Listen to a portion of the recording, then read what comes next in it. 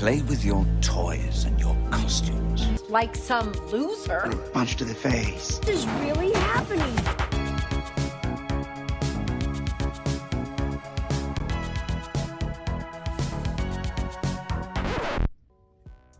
Scoping out Matt Murdock in his plastic coffin, looks like a pretty decent looking figure. Never really seen the show, but it looks like it's more than accurate. I can already tell he comes with a couple goodies and an oh no. Gotta show off the box too. Look at the top of that. Look at the sides and bottom. There's words and numbers, and who gives a shit?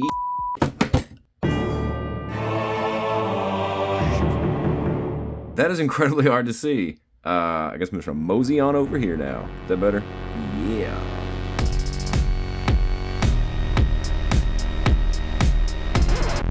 So Daredevil out of the box, bro. First impressions are, It's a fantastic figure, bro. He really is quite photogenic, man. Like, this guy can hit some poses and look good doing it. It's when you take a step back and you can just notice all the little bits of detail and fine, minute little sewings and lines and whatever the MCU does with these weird panels and such on a solid color figure as it should be. I'm sure Hasbro put the boys on rock when they were passing this around the office. And I can definitely... Oh, shit. And I can definitely say that I was surprised by a few things with this figure that I did not know anything about. I mean, all I've seen is the promo pic, so that's all I had to go on. So, as I was messing with this guy, I noticed something a little peculiar. I feel like I'd almost seen this costume somewhere before. Let's just compare it to Ben Affleck, see if we got any similarities.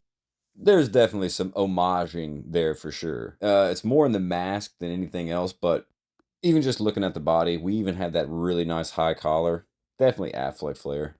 Hasbro's killing the 3D printed paint apps, bro. Like this graph paper look for the goatee. Just so realistic, I love it.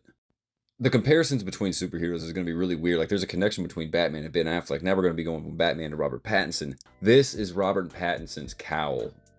The way the cut in the mask goes so high on the cheek, so much of the bottom jaw is exposed. It's just like Pattinson's, bro. I can't be the only one to see this. I gotta tell you that I really wasn't that impressed with this figure from the get-go, but as soon as I found out that he had this, the ultimate neck hinge articulation, double barbell joint with a hinge right up on top. You can't get any better than this. Every action figure should come with this kind of a neck. Just the range and mobility you get in it, the up and down movement is insanely incredible. I'm talking all the way up to the stars, bro. I love this. I mean, that lean brings out a dope personality. I don't know if you want to say what are the odds or if it was like a weird sign, but for me to find a devil during Halloween month, that's pretty sick.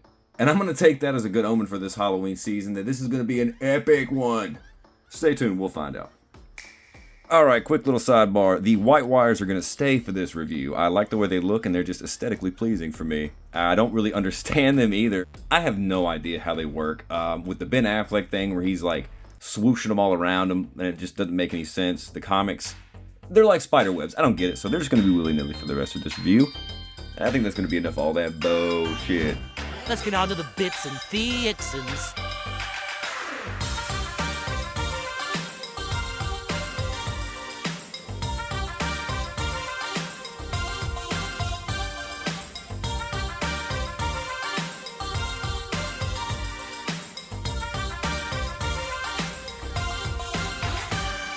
I'm sure most of the MCU collectors are pretty much used to this body by now. This seems to be like the going standard for the MCU dudes. But if you got Mr. Fantastic and you got Wolverine, you pretty much know exactly what you got here.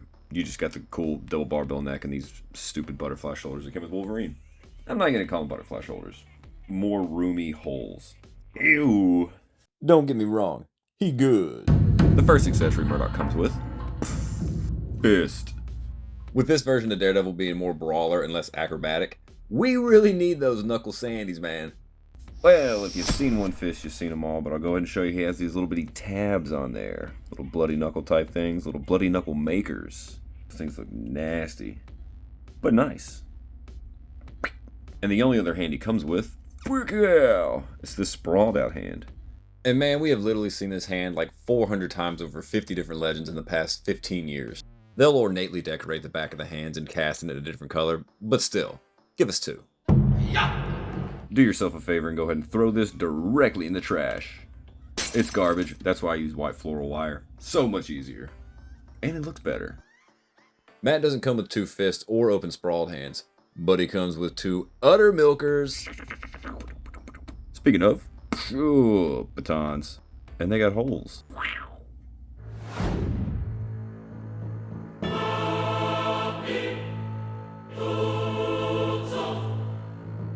Man, I can't even begin to honestly tell you how much fun I've been having with this figure, man. Like, Daredevil here is really bringing me back into liking MCU figures again. I mean, I'm not going to go back in my bins and break these all back out and put them back in my displays. It's not like that.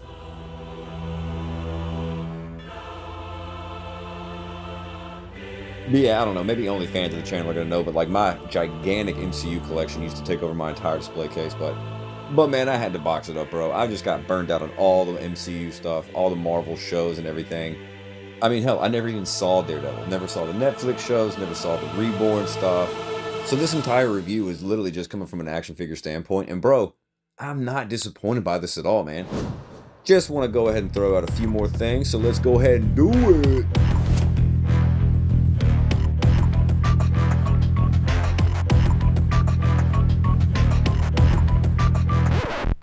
So what really blows my mind is that this was an absolute banger of a figure. Like, this looked fantastic, it moved fantastic, it was so sought after, bro, that it was like over 120 bucks, I think, at the secondary market. Absolutely absurd.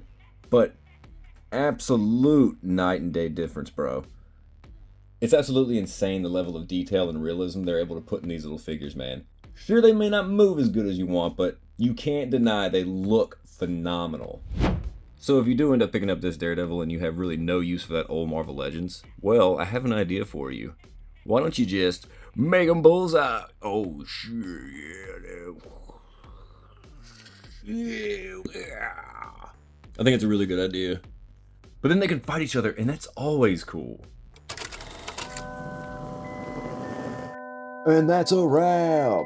I think I made it pretty clear how awesome Daredevil was. Task completed. Okay, so to recap, Daredevil is absolutely dopely fire. There's just two little things about him that I would change. One is the boot cuts, and the second being the matching hands. I don't know what hand shenanigans Hasbro's playing, but I'm not game. I don't have the answers to these questions, and I don't like being given homework when I buy a figure. Don't make me go in my bins and trying to find matching hands and having to repaint them up just to get the figures to do the things that I want to do. I mean, if I'm dropping 30 bucks for a figure, bro, yeah, the teacher's doing my homework. Alright everybody, so shout out me in the comments below, let me know your favorite Daredevil figure, and also, who do you think Kevin Feige and Marvel Studios would have cast as Daredevil had Netflix not done it with Charlie Cox? And while you're at it, why don't you go ahead and do the same for John Bernthal, because, well, he's not Punisher. Alright guys, I'm going to see y'all later. Good night!